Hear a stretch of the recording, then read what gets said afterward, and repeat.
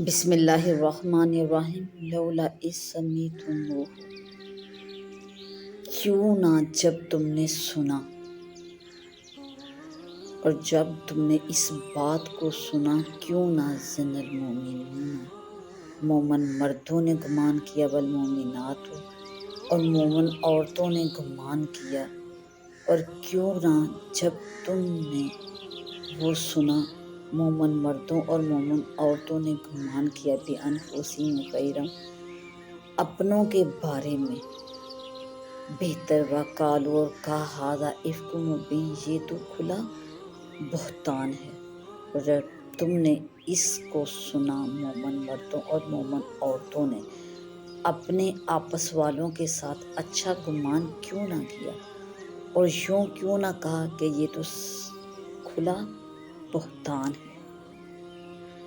اللہ جل شانہ نے اس آیت مبارکہ میں کہ جب تم لوگوں نے یہ بات سنی تو مومن مردوں اور مومن عورتوں نے اپنی جانوں کے بارے میں یہ گمان کیوں نہ کیا کہ یہ تو کھلا جھوٹ ہے، بہتان ہے۔ اس میں ان مسلمان مردوں اور عورتوں کو نصیحت ہے جو عبداللہ بن ابی کی باتوں میں آ کر تہمت والی بات میں ساتھ لگ گئے تھے۔ ان لوگوں کو بھی تنبیہ ہے جو بات سن کر چپ رہ گئے یا شک میں پڑ گئے، یعنی سب پر لازم تھا کہ نیک خیال کرتے، نیک گمان کرتے، اور بات سنتے ہی یوں کہہ دیتے کہ یہ تو کھلم کھلا جھوٹ اور بہتان ہے۔ اس میں یہ بھی بتا دیا گیا کہ جب کسی مومن مرد عورت پر تہمت لگائی جائے تو فوراً وہاں کہہ دیں کہ یہ جھوٹ ہے، اور اچھا خیال لیں تاکہ اس کے متعلق بدگوئی اور بدگمانی کا الزام نہ آئے۔ اس سے معلوم ہوا کہ ہر مسلمان مرد و عورت کے ساتھ اچھا گمان رکھنا واجب ہے، اور جو شخص بغیر شرعی دلیل کے کسی پر تہمت لگائے اس کی بات کو جھٹلانا اور رد کرنا بھی واجب ہے، کیونکہ اس میں بلا وجہ مسلمانوں کی بے آبروئی اور رسوائی ہے۔ حضرت معاذ بن انس رضی اللہ عنہ سے روایت ہے کہ آپ صلی اللہ علیہ وآلہ وسلم نے ارشاد فرمایا کہ جس کسی نے کسی مومن کی حمایت کی، کسی منافق کی بدگوئی سے اسے بچایا، تو قیامت کے دن اللہ جل شانہ ایک فرشتہ بھیجے گا جو اس کے گوشت کو دوزخ کی آگ سے بچائے گا۔ اور جس کسی نے کسی مسلمان کو عیب لگا دیا، اللہ جل شانہ دوزخ کے پل پر کھڑا کرے گا اسے، یا تو اس سے نکل جائے یا وہیں کھڑا رہے، یعنی جس کو عیب لگایا تھا یا تو اسے راضی کرے یا اپنے کہے کی سزا پائے۔ یہاں ہم عورتوں کو خاص دھیان کرنا چاہیے جو بات بات میں ایک دوسرے پر غلط قسم کی تہمت الزام تراشی کرتی ہیں۔ ساس بہو نند باوا یہ سب لڑائیوں میں ایسا ہوتا رہتا ہے، اور ہم عورتیں ایک دوسرے پر بلا وجہ بہتان اور الزام تراشی کرتی رہتی ہیں۔ اس کا اللہ کے ہاں جواب دینا ہے۔ اللہ تعالیٰ ہم عورتوں کو اس جہالت سے محفوظ فرمائے۔ حضرت اسماء بنت یزید رضی اللہ تعالیٰ عنہ سے روایت ہے کہ آپ صلی اللہ علیہ وآلہ وسلم نے ارشاد فرمایا کہ جس نے غائبانہ اپنے بھائی کی طرف سے دفاع کیا، غیبت کے ذریعے جس کا گوشت کھایا جا رہا تھا، اس کی صفائی دی، اللہ جل شانہ اس دفاع کرنے والے کے لیے اپنے اوپر یہ واجب کر لیں گے کہ اسے دوزخ سے آزاد فرمائے۔ حضرت ابو درداء رضی اللہ عنہ نے بیان کیا کہ آپ صلی اللہ علیہ وآلہ وسلم کو میں نے فرماتے ہوئے یہ سنا کہ جو بھی کوئی مسلمان اپنے بھائی کی آبرو کی طرف سے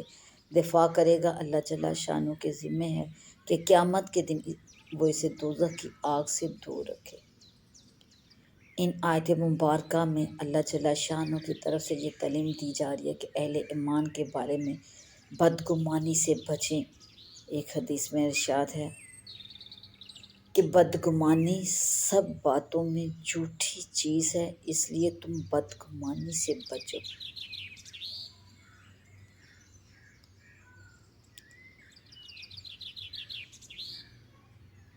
یہاں یہ نقطہ بھی قابل توجہ ہے کہ اللہ جل شانہ نے یوں ارشاد فرمایا کہ جب تم نے یہ بہتان والی بات سنی تو مومن مردوں اور مومن عورتوں نے اپنی جانوں کے بارے میں اچھا گمان کیوں نہ کیا۔ اس میں بھی انفسہم فرمایا، اس میں بھی انفسہم فرما کر اس بات کی طرف دھیان دلایا اللہ جل شانہ کہ مسلمان آپس میں ایک ہی ہیں۔ اگر کسی مسلمان پر تہمت لگائی جائے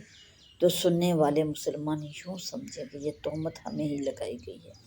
اور اس میں ہماری اپنی جانوں کی رسوائی ہے۔ یہ ایسا ہی ہے جیسے سورہ حجرات میں لا تلمزوا انفسکم فرمایا اللہ جل شانہ نے، چونکہ سب مسلمان ایک ہی ہیں اس لیے ایک کو تہمت لگنا یا لگانا سب کو تہمت لگانے کے ہم معنی میں ہے۔ نعمان بن بشیر رضی اللہ عنہ سے روایت ہے کہ آپ صلی اللہ علیہ وآلہ وسلم نے ارشاد فرمایا، سب اہل ایمان آپس میں مل کر ایسے ہیں جیسے ایک ہی شخص ہو۔ اگر آنکھ کو تکلیف ہوتی ہے تو سارے جسم کو تکلیف ہوتی ہے، اور اگر سر میں تکلیف ہوتی ہے تو سارے جسم کو تکلیف ہوتی ہے۔ لہٰذا جب ایک مسلمان کو جسمانی اور روحانی تکلیف پہنچے یا کوئی تہمت لگائی جائے تو سب کو طرف اٹھنا چاہیے۔ تکلیف دور کرنے کے لیے سب فکر مند ہوں، اور جو تہمت لگی ہے ہر شخص یوں سمجھے کہ یہ تہمت مجھے لگائی گئی ہے، پھر تہمت لگانے والے کے بارے میں یوں بھی کہے کہ یہ جھوٹا ہے، مسلمان کی حمایت بھی کرے اور اس کی طرف سے دفاع بھی کرے۔